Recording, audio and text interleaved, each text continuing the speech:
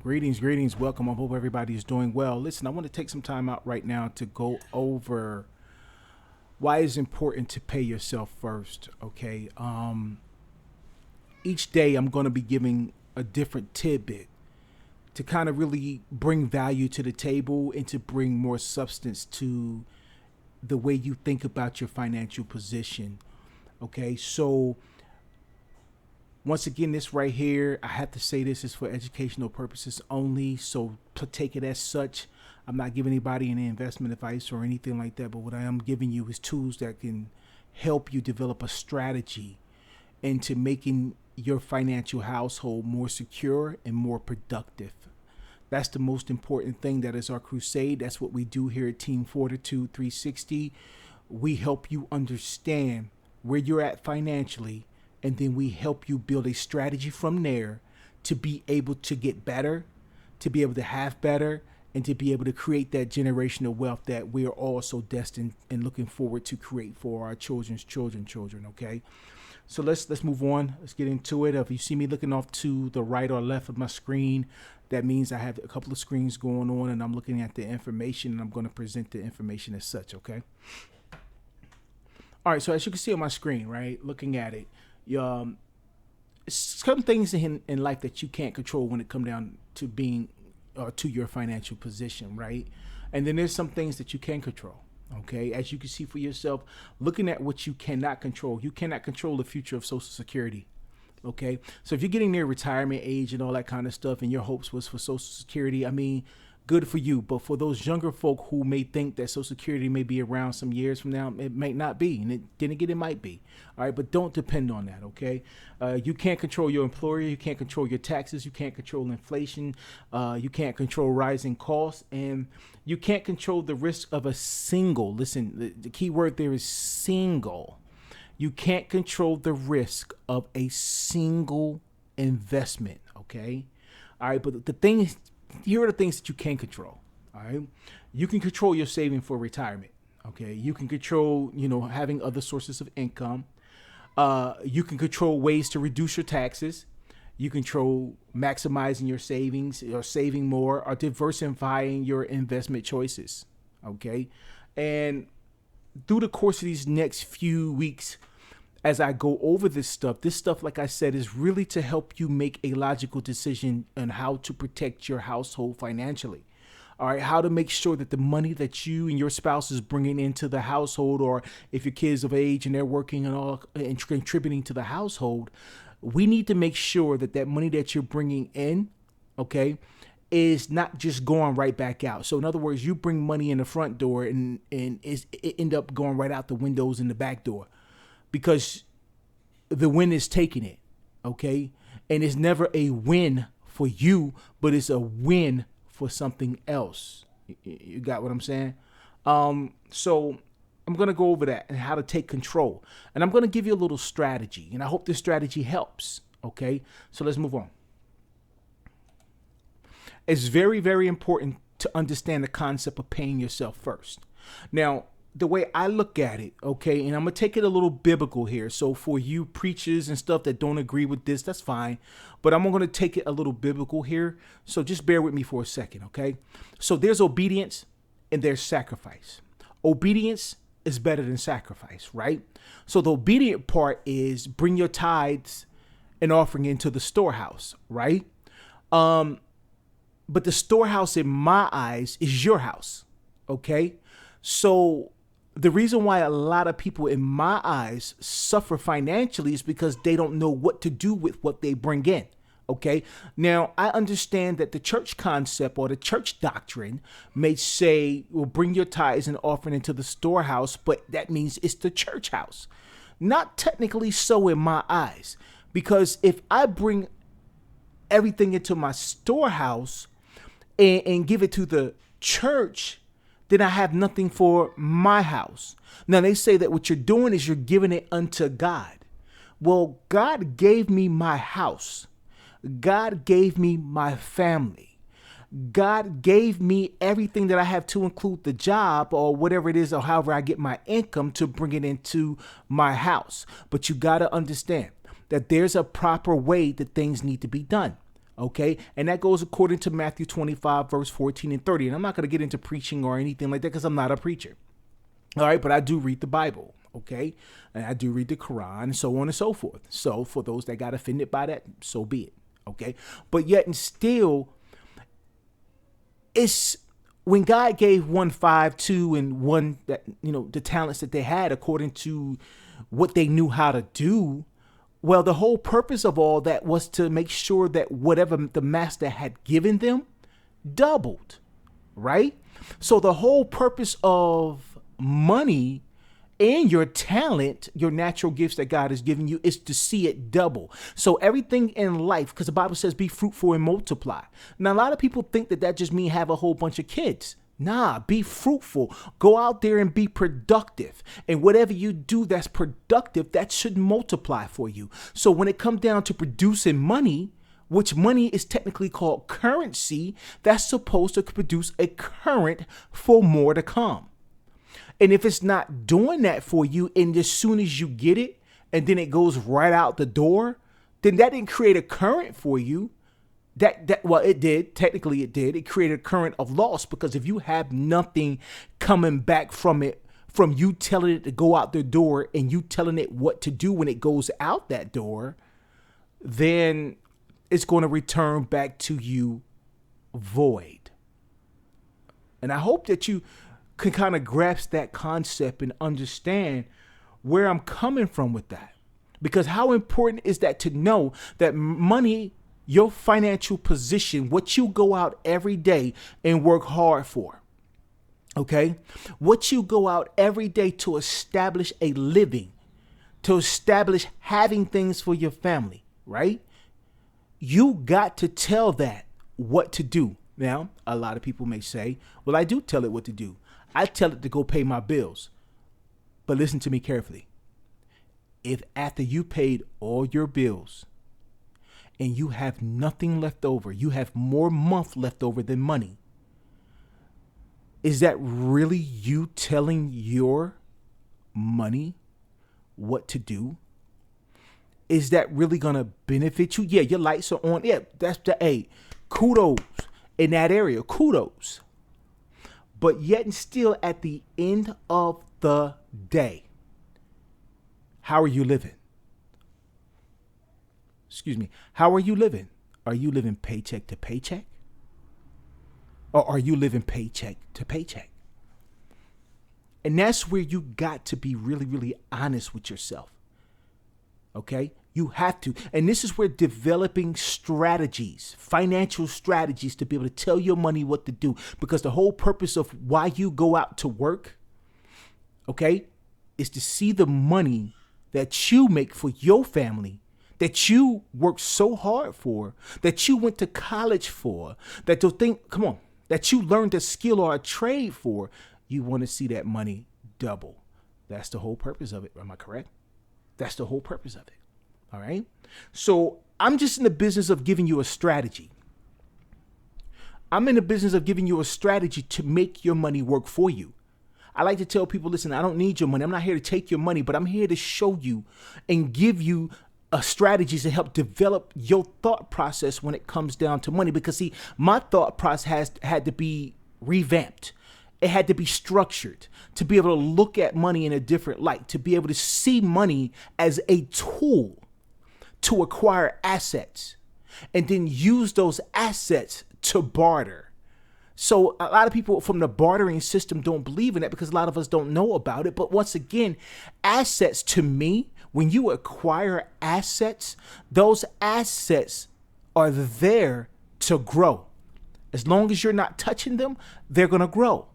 Now, don't get me wrong. Now, when it comes down to investing, a lot of people say, I don't want to lose any money. Well, the only time you lose money is when you take that money and do something with it that's not going to return any money back to you. So when it comes down to investing and having your money in, say, for example, mutual funds, okay, and this is not a sell of mutual funds, but just to say you have your money in mutual funds and that money is just sitting there, right? And it's riding the waves of what the market is doing. You haven't touched that money, so you haven't lost any money. So when that money goes down, you didn't lose anything. It's just riding the waves because it's going to go back up. But what are we telling you to do in that process though? We're telling you to systematically invest more, because when it go down, you can buy more, but when it go back up, you may be able to buy less, but you're still buying. So now what happens? Your portfolio is increasing, but when the moment that you take out, right? Listen to me carefully. The moment that you take that money out, when you, what we call in this business, realize that money, now is either a win or, a gain or a loss. How so? Depending on when you took it out. If you took it out when the market was low, when the market was what they call correcting itself, okay? If you took it out then, that means you lost money. But if you took it out when the market was gaining, then you're actually not losing money, you're gaining money. So if the market is correcting itself or low, that means your money going to be low when you take it out. That means you lost. Okay? But if the market is gaining and you take the money out while it's gaining, that means you what? You gained. So, but if you don't do anything, then you shouldn't even worry about if you're losing money, because it's going to go right back up. It always does. It's been proven throughout history that the market always corrected itself. Even when it's down, it's going to correct itself. Even when it's up, it's going to correct itself. All right. So I know that this is long-winded, but this is really something. This is a presentation. This is something that I need for you to understand, because this is important. See, I understand in the crypto world that we're living in now, people are chasing that. They're chasing volatility. There's nothing wrong with that. You just got to know what you're doing. Okay. And if you don't know what you're doing and somebody come out and tell you, well, listen, I invested in such and such in the crypto space, and you don't know how it really works, and you're not really, knowledgeable about volatility, then guess what happens? When you start to so-called lose, which, like I said, you're not, but in your mind, being that you don't know how it works, and I just explained it, but you really still don't know how it works, then you're going to really think that, oh my God, my world is in shambles. I don't know what to do. I just lost a lot of money, instead of going out there and investing more. If you're actually chasing the market like that, go out there and invest more. Invest more. How important is that? So that when you invest more, when that stock or crypto or whatever it is that you're into goes right back up, I guarantee you, then when you look at your portfolio, you will say, wow. That's the whole process when it comes down to investing. All right, that's understanding that. Excuse me here. So think about that for a second, okay? I know I got a little, it's kind of hard in this business when you start talking money, you start talking investing, and you start talking, doubling money. It's hard to not talk about investing, because that's a platform that's given to us these days to be able to see our money grow, right? So you got to learn how to use it, all right? But the whole concept is paying yourself first, okay? I'm going to get back into it. Paying yourself, being obedient, okay? Being obedient and putting your money in a place where it's going to double for you. Put it into your storehouse. But remember, that storehouse can't be your mattress, okay? That storehouse can't be your mattress, okay? That storehouse can't be something that's going to leverage your money, but then turn around and give you nothing, but then sit there and tell you that you're going to be blessed. You understand what I'm saying? Listen to me carefully. How are you going to be blessed? If God has blessed you with something, God is telling you, put that money, take that money and learn how to do something with it, okay? And go double that money, okay? Go double it. How do we double it these days? Like I said, we invest, okay? Because that's going to yield us what? Interest when we do, right? We don't know what that rate of return is going to be. That may fluctuate, but at least it gives our money an opportunity to double. Does that make sense to you? Okay. Now think about that for a second. Now that you've taken your money and you've invested your money, okay, that investment has become where you store your money to get more money, right? Now, what's the sacrifice? The sacrifice is you're taking money, and now this is where it comes into play. Your church or whatever it is that you want to do. You want to be generous with your money. You want to give to the Salvation Army. You want to do those things. That's fine. That's 20%. You taking 10 and put it away, and I'm going to show you that how that works here in a second. All right. And then you take another 10% and you give. And you give. Now, that's my strategy. That don't have to be your strategy. Okay. That's not Primerica's strategy. That's my strategy. Okay. But does it make sense? Or does it make sense? And I understand obedience is better than the sacrifice, but at least you got the obedience and you have the sacrifice. You still got both working for you. Take 10 and put that 10 away, and then you take the other 10 and you give. You got what I'm saying? So if I offended anybody, especially coming from the church, then, I mean, hey, think about this for a second. How many of your people come in every Sunday hurting financially? And you don't have the resources to be able to help them out financially. But all you have is saying, keep the faith. Now, don't get me wrong. Faith is the substance of things hoped for, the evidence of things not seen. I got it. Faith without works is dead. I got it. But if you listen to me carefully, faith without works is dead. If you're telling people to keep the faith, but you're not giving them something to work towards to help them with that, i.e., a financial strategy, but you are a shepherd, but your sheep are in trouble, are in sinking water, or they're being torn apart by people, by predatory people, by predatory everything that's leveraging their money, and you're not teaching them to leverage how to take control of their position financially.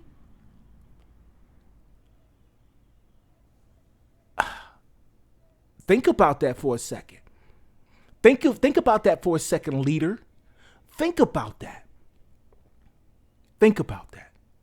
But anyway, let's move on. Let's move on. I can go so far. I can go so far with that. It's ridiculous. All right. So let's move on. One of the strategies that when I talk to my clients, man, I like for my clients to understand. Excuse me. I like for my clients to understand is understanding the type of funds that they need, all right, to function with. Okay. You have to have an emergency fund. You have to have a short-term fund, and you have to have a wealth building fund. That to me is a basic strategy. Okay. If you have this strategy in place, then that will leave you room, especially if you're disciplined with this strategy. That will leave room for a lot of other things to take place in your life. That means you can go out and invest in real estate and all that other kind of stuff because you have the basic foundations in place. Okay. We all know emergency could happen.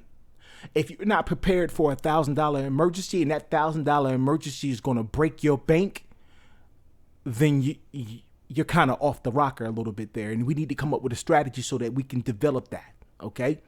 If you have a dream of buying a home in the next 2 or 3 years, and that's what we call a short-term savings. That means you have money invested, right? And you're putting in a certain amount of money there on a monthly basis to build that, to reach that dream and goal. But then we all have long-term goals. Okay. See, you see the strategy, right? What did I just do? I took care of your immediate emergency needs, right? This takes care of your immediate emergency needs, right? And then it takes care of your short-term goals that up to 3 years to 4 years or whatever those goals may be, right? And then you have your long-term goals. I'm starting to get into your retirement years. You see how all the bases are covered there? I hope that makes sense. But how do you fund this? Using the 10% strategy of paying yourself first. How do you do that? Okay, let me get my pen together here and I'm gonna show you. Oh, that's a big cursor. Okay, so I hope hope you understand this here, and I'm gonna try to use this to write on this as much as possible. Okay, so just bear with me. Let's just say you make 5. Come on. All right, what's going on? Hold on. Just give me a second to find out what's going on. I know what's going on. Hold on. My bad. My bad. My bad. Y'all, excuse me here just for a second. Let's get this together. All righty. There we go. Let's do that. All right, there we go. Now we working. We cooking with oil now.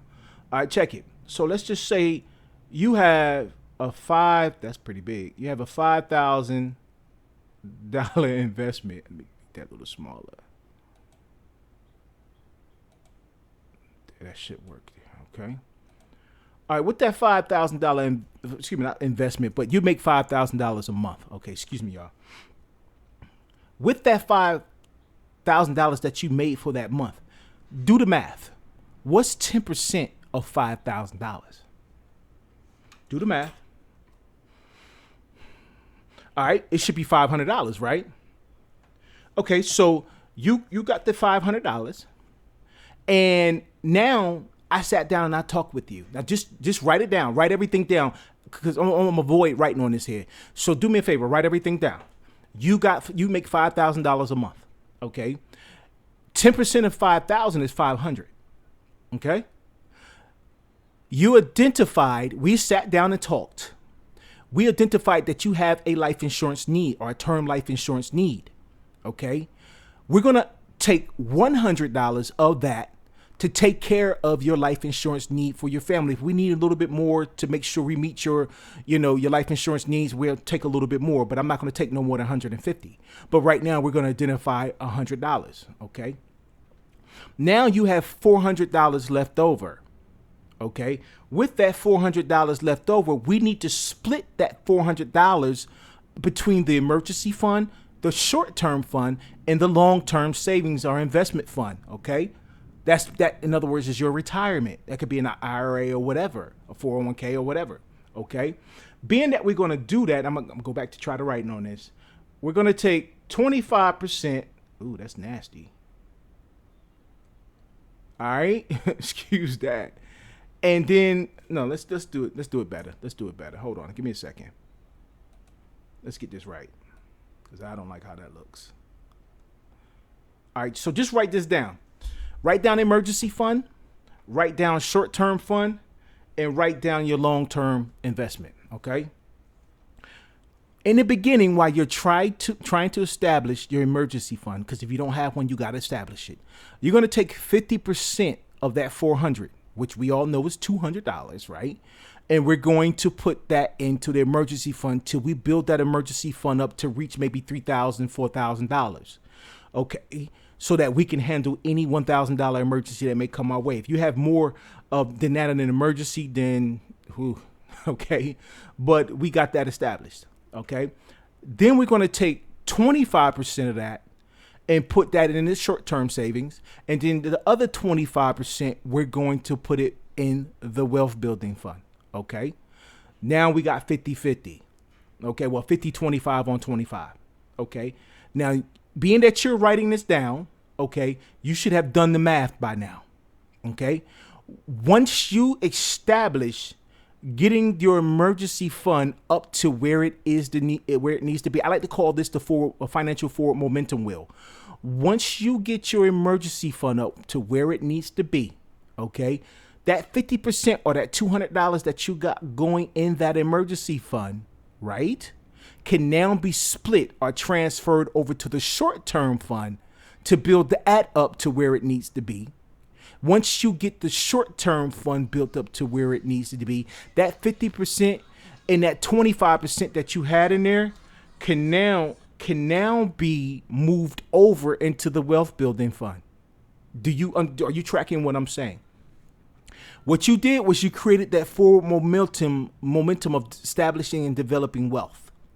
Okay, but guess what happens? If you happen to deplete your emergency fund for whatever reason, whatever emergency that may have came up, okay, you can pull back off of, now this may get a little confusing, you can pull back whatever it is you need. Listen to me carefully. If you're putting the $200 in that initially from the emergency fund in your wealth building fund, you can pull back from there and take that same $200, right, and assign it to go back into your emergency fund to build that emergency fund back up. What you just did was you never take away from the will, but you can always add to the will. You never take away from the will, but what happens is this will is supporting itself. These funds are supporting themselves. Does that make sense to you? Now, I know a lot of you are going to have questions, and that's fine. I want to answer your questions. I know that I'm going to have to go over a lot of this with a lot of you. Again, that's fine. That's what I want to do, okay? That's what I want to do. But I wanted to give you a strategy of the 3 types of funds that you need to make sure that your financial household is built well, okay? Built on a solid foundation. Now, understand, we still got that $100 sitting out there that went towards life insurance. So now what we're doing is we're protecting the breadwinners from premature death. But if something happened to one of the breadwinners prematurely, listen to me carefully. If something happened to one of the breadwinners prematurely, after the funeral costs and all that kind of stuff is paid, you still have this money from the life insurance proceeds to be able to take that and put that towards this will. Do you understand how that works? Now, understand, losing someone, we don't want that to happen. But if, God forbid, if it does, then we handle and adjust ourselves accordingly. Of course, you're going to miss that person, right? You are. But you don't want to miss their income neither. Does that make sense to you? Well, I hope it does. This is LV, y'all. Listen, if you want to know how to make this strategy work for you, reach out to me, okay? If you want to know how to make investing work for you, stop looking at it from a bad concept of I'm going to lose money. Because, I mean, when you really think about it, how much money have you lost so far in things that's not even appreciating for you or not even gaining for you? What kind of assets did you buy with your money that's building money and doubling your money for you? Think about that for a second. So my question is, how many more years are you going to go on still losing money and think that you're doing what's right by budgeting your money, but the money that you're budgeting ain't doubling for? It's not doubling for you. That's stuff that we got to learn to start thinking about. We got to learn to take control of our financial position. It's called leverage. How many companies financially is leveraging your money? Let's think about that for a second. Y'all go ahead and get with me. My name is LV, Larry Vincent. All right. And I am a McAllister. All right. My telephone number is 704-750-1521. If you want to reach out to me, by all means, reach out to me. Okay. Let's sit down and have a conversation. Reach out to me in the comments or below this video or wherever this video is posted. Reach out to me so we could talk about strategy. I'm all about strategy. Okay. In order to win the game, you got to have a strategy. In order to win the game, you got to have a wise coach that know the game. All right. So y'all be easy, man. This is LV. Peace. Oh, Fortitude 360. It takes fortitude to overcome destitute. Peace.